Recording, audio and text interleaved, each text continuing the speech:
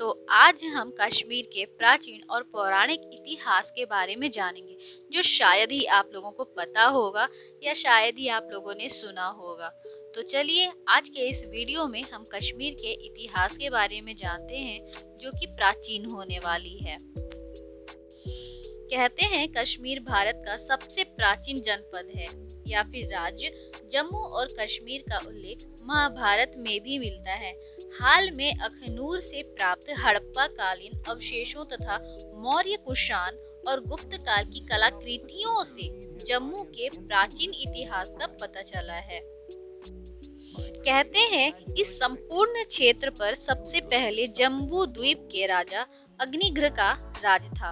कुछ विद्वान मानते हैं कि पहले इंद्र का राज था, हालांकि बाद में यहाँ पर सतयुग में कश्यप ऋषि का राज हो गया। त्रेता युग में अर्थात भगवान राम के काल के हजारों वर्ष पूर्व प्रथम मनु स्वयंभू मनु के पौत्र और प्रियव्रत के पुत्र ने इस भारतवर्ष को बसाया था। तब इसका नाम कुछ और ही था। उनके शासक के अंतर्गत कश्मीर एक जनपद था। हालांकि पौराणिक मत के अनुसार माना जाता है कि कश्यप ऋषि के नाम पर ही कश्यप सागर और कश्मीर का प्राचीन नाम था।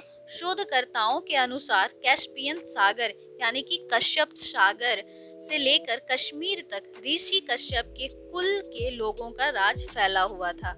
कश्यप ऋषि का इतिहास प्राचीन माना जाता है। कैलाश पर्वत के आसपास भगवान शिव के गणों की सत्ता थी। उक्त इलाके में ही दक्ष राजा का भी साम्राज्य भी था। कहते हैं कि कश्यप ऋषि कश्मीर के पहले राजा थे। कश्मीर को उन्होंने अपने सपनों का राज्य बनाया।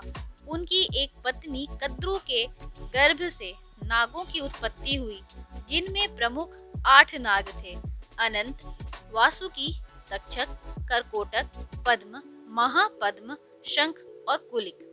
इन्हीं से नागवंश की स्थापना हुई। आज भी कश्मीर में इन नागों के नाम पर ही स्थानों के नाम हैं। कश्मीर का अनंतनाग नागवंशियों की राजधानी थी। राजतरंगिनी तथा नीलम पुराण की कथा के अनुसार कश्मीर की घाटी कभी बहुत बड़ी झील हुआ करती थी।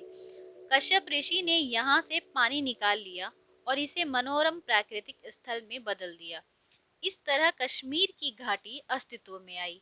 हालांकि भूगर्भ शास्त्रियों के अनुसार खदियान यार बारामूला के पहाड़ों के धंसने से झील का पानी बहकर निकल गया और इस तरह कश्मीर में रहने लायक स्थान बने। राजतरंगिनी 1184 ईसा पूर्व के राजा गोनंद से लेकर राजा विजय सिम्हा, जो कि 1129 ईस्वी में बने, तक के कश्मीर के प्राचीन राजवंशों और राजाओं का प्रमाणिक दस्तावेज है। आप लोगों को पता है कश्मीर में आज भी नागों के नाम पर जगह हैं, जैसे कि अनंतनाग, कमरू, कोकरनाग, वेरीनाग, नारानाग, कौसरनाग आदि। इस तरह बारामूला का प्राचीन नाम वराहमूल था। यह प्राचीन काल में वराह अवतार की उपासना का केंद्र था। वराह मूल का अर्थ होता है सुअर दाढ़ या दांत। वराह भगवान ने अपने दांत से ही धरती उठा ली थी। इसी तरह कश्मीर के बड़गाम, पुलवामा, कुपवाड़ा, शोपिया, गंदरबल, बांडीपुरा, श्रीनगर और कुलगाम जिला के अपना अलग ही प्राचीन और पौराणिक इतिहास रहा है। महाभारत काल के पूर्व कश्मीर के हिस्से भारत के 16 महाजनपदों में से 3 गांधार, कंबोज और कुरु महाजनपद के अंतर्गत आते थे। गांधार आज के पाकिस्तान का पश्चिमी तथा अफगानिस्तान का पूर्वी क्षेत्र उस काल में भारत का गांधार प्रदेश था। आधुनिक कंदहार इस क्षेत्र से कुछ दक्षिण में स्थित था। सिकंदर के भारत पर आक्रमण के समय गांधार में कई छोटी छोटी रियासतें थीं, जैसे अभिसार, तक्षशिला आदि।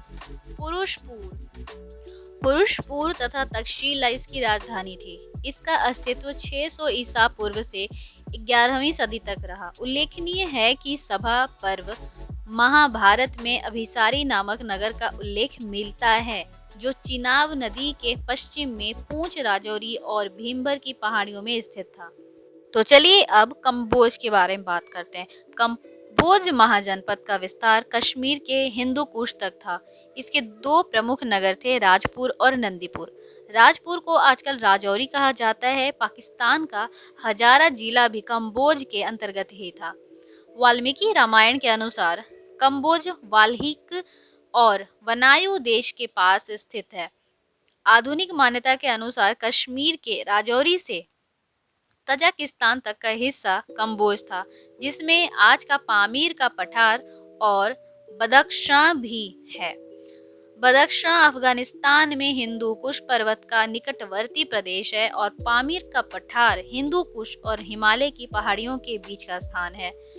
कनिंघम ने अपने सुप्रसिद्ध ग्रंथ एंशिएंट जियोग्राफी ऑफ इंडिया में राजपुर का अभिज्ञान दक्षिण पश्चिम कश्मीर के राजौरी नामक जिला के साथ किया है।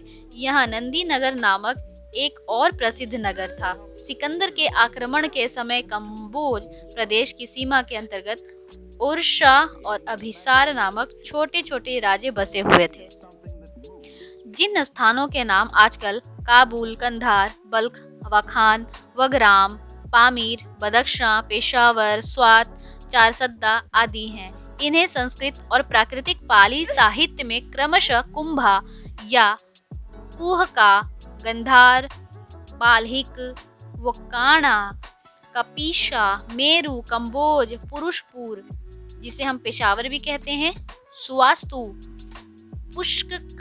पुष्कलावती आदि के नाम से जाना जाता है। अगला है कुरु महाजनपद। तो कुरु महाजनपद महाभारत काल के पूर्व दक्षिण कुरुओं का राज्य हिंदू कुश के आगे से कश्मीर तक था। बाद में पांचालों पर आक्रमण करके उन्होंने अपना क्षेत्र विस्तार किया।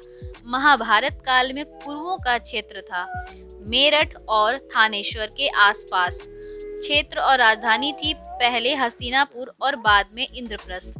बौद्ध काल में यह संपूर्ण क्षेत्र कुषाणों के अधीन हो चला था। तो यही था जम्मू और कश्मीर का प्राचीन और पौराणिक इतिहास, जो कि मैंने आप लोगों को अभी बताया। तो मिलते हैं अपने अगले वीडियो में कुछ नया लेकर के। तब तक के लिए हम अपने शब्दों को विराम देते हैं। अलविदा दोस्तों।